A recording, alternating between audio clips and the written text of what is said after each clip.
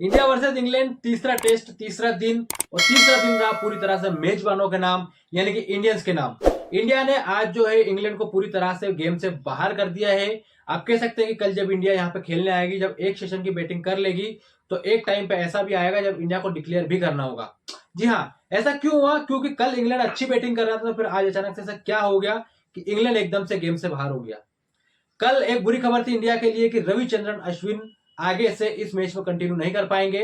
उनके घर में कुछ मेडिकल इमरजेंसी आई है, उनकी मम्मी की तबीयत खराब होने के चलते उन्होंने इस मैच से जो है, आप कह सकते हैं कि विड्रॉ कर लिया है। अब वो आगे इस मैच में कंटिन्यू करते हुए नहीं दिखेंगे, जिसका मतलब है कि इंडिया के पास में एक बॉलर शॉर्ट हो चुका था, और बॉलर ऐसा जो कि 500 टेस्ट विकेट ले चुका है और इंडिया का मेन ऑफ स्पिनर था, वो अब इस मैच में आगे कंटिन्यू नहीं कर पाएगा। जिसका अगर इंग्लैंड चाहती तो कई सारे फायदे उठा सकती थी। जिस तरह से इंग्लैंड बैटिंग कर रहा था कल, बेन डकेट जिस तरह से शॉट लगा रहे थे, सभी बॉलर्स को आड़े हाथों लिया हुआ था बेन डकेट ने, और सबको लग रहा था कि बेन डकेट और बाकी जो रूट नीचे आने वाले थे, बेन स्टोक, बेन फोक्स, लंबी पारियां खेल सकते हैं। पिच में ऐसा कुछ है नहीं बॉलर्स के लिए, फ्लैट विकेट है, तो कहीं ना कहीं इंग्लैंड यहाँ पे शायद बढ़त ले सकता है। और इंडिया को जो है पहली पारी में जो 445 इंडिया ने बनाए हैं, वो ऐसा नहीं हो कि एक टाइम पे ऐसा लगे कि यार रन कम बने हैं, लेकिन होता कुछ और है। इंग्लैंड 224 पर 2 विकेट से कंटिन्यू करता है, और बेन डकेट अपने 150 रन भी पूरे करते हैं। लेकिन फिर जो रूट का एक ब्रेन फेड मूवमेंट आप कह सकते हैं, जसप्रीत बुमराह पर रिवर्स स्वीप करने वो गए, और वो कैच यशस्वी जायसवाल के हाथों में स्लिप में थमा दिया, जिसके बाद फिर ऐसा लगा कि यार इंग्लैंड की बैटिंग एकदम से कलेप्स कर गई हो। 224 पर 2 से आप 319 पर ऑल आउट हो जाते हैं, तो ये कहीं ना कहीं बैटिंग का कलेप्स ही है। बेन स्टोक अच्छे लग रहे थे, लेकिन बेन स्टोक ने वही गलती की जो रूट ने की थी। एक बड़ा शॉट मारने गए और रविंद्र जडेजा का पहला ही ओवर था, और बड़े शॉट मारने के चक्कर में जो बेन स्टोक आउट हो जाते हैं, फिर अगले ही ओवर में बेन फॉक्स आउट हो जाते हैं। फिर वहां से तो फिर 1 या 1.5 ओवर लगता है मोहम्मद सिराज को पारी को खत्म करने में। मोहम्मद सिराज शानदार बॉलिंग करते हैं, रविचंद्रन अश्विन की कहीं भी कमी महसूस उन्होंने नहीं होने दी। 4 विकेट लेकर उन्होंने जो है सबसे हाईएस्ट विकेट टेकर रहे इंडिया की तरफ से वो, और कुलदीप यादव जो कि रविचंद्रन अश्विन के बिना काफी घातक लग रहे थे, और उन्होंने बेरिस्टो को 0 पर फंसाकर जो इंग्लैंड को पूरी तरह से बैकफुट पर धकेल दिया था। तो आज कुल मिलाकर देखा जाए तो बिना रविचंद्रन अश्विन के टीम इंडिया ने जो शानदार बॉलिंग करते हुए 319 पर इंग्लैंड को रोक दिया था, जिसके जवाब में बैटिंग करने आई टीम इंडिया की शुरुआत काफी शानदार रही। रोहित शर्मा अपने अटैकिंग शॉट्स खेल रहे थे, क्योंकि पिछली पारी में वो 131 रन बना चुके हैं या शतक बना चुके थे, तो उनको पिच का पूरा आइडिया था, जिसका वो फायदा उठा रहे थे। जब भी उनको खराब बॉल मिल रहा था उसको बाउंड्री तक पहुंचा रहे थे। लेकिन जायसवाल जो पहली इनिंग में 0 पर आउट हुए थे, वो कहीं ना कहीं अश्योर करना चाहते थे कि मैं इस पारी में फेल नहीं होना चाहता हूं। उनको लग गया था कि पिच अच्छी है, विकेट फेंकना यहाँ पे सही नहीं होगा, जो कि देखने को मिला। और यशस्वी जायसवाल काफी संभल कर शुरुआत करते हैं, धीमे धीमे खेलते हैं, लेकिन फिर एकदम जब एक्सलेट करते हैं तो फिर वो इस तरह से एक्सलेट करते हैं कि उनका स्ट्राइक रेट जो है 80-90 के पार चला जाता है। और यशस्वी जायसवाल अपने करियर का तीसरा शतक लगा देते हैं। ये उनका 7वां ही मैच, और 7वें मैच में उनकी ये तीसरी सेंचुरी है।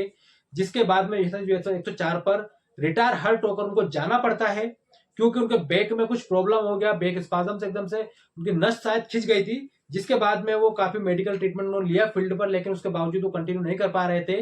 तो टीम मैनेजमेंट ने ये देखा कि अभी हम लोग अच्छी पोजीशन में हैं, तो कहीं ना कहीं यशस्वी जायसवाल के ऊपर रिस्क लेना सही नहीं होगा।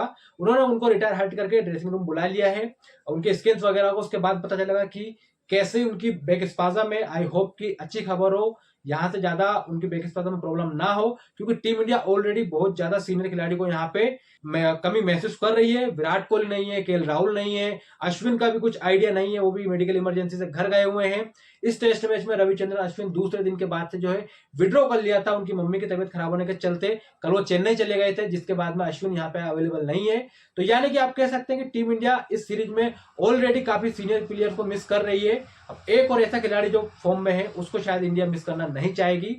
तो आई होप कि कल जायसवाल जो है फील्ड पर हमें दिखाई दे, और जो वो 104 नॉट आउट है वहां से शायद वो कंटिन्यू भी कर सकते हैं।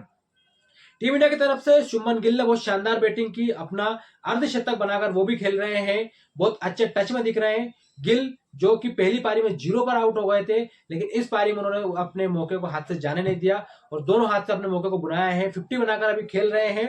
उनके साथ में कुलदीप यादव अभी क्रीज पर मौजूद है।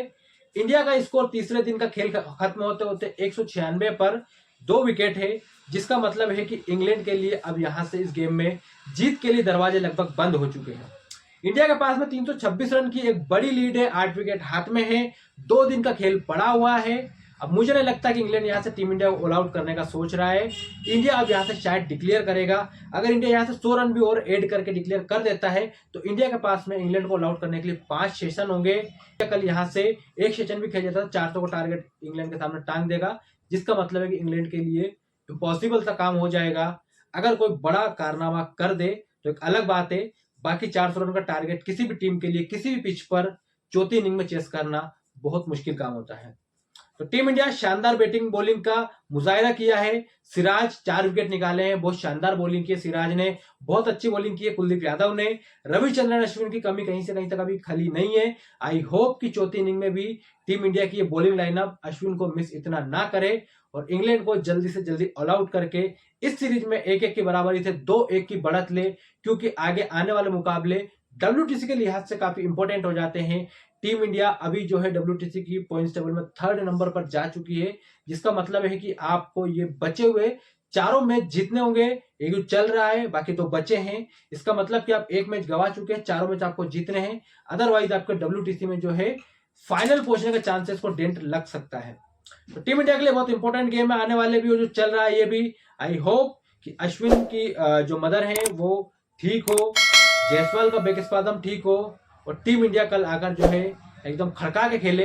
1 या 1.5 सेशन का और गेम खेलती है तो टीम इंडिया जो है इंग्लैंड को गेम से बाहर कर देगा। फिलहाल इस वीडियो में इतना ही। जय हिंद, जय भारत।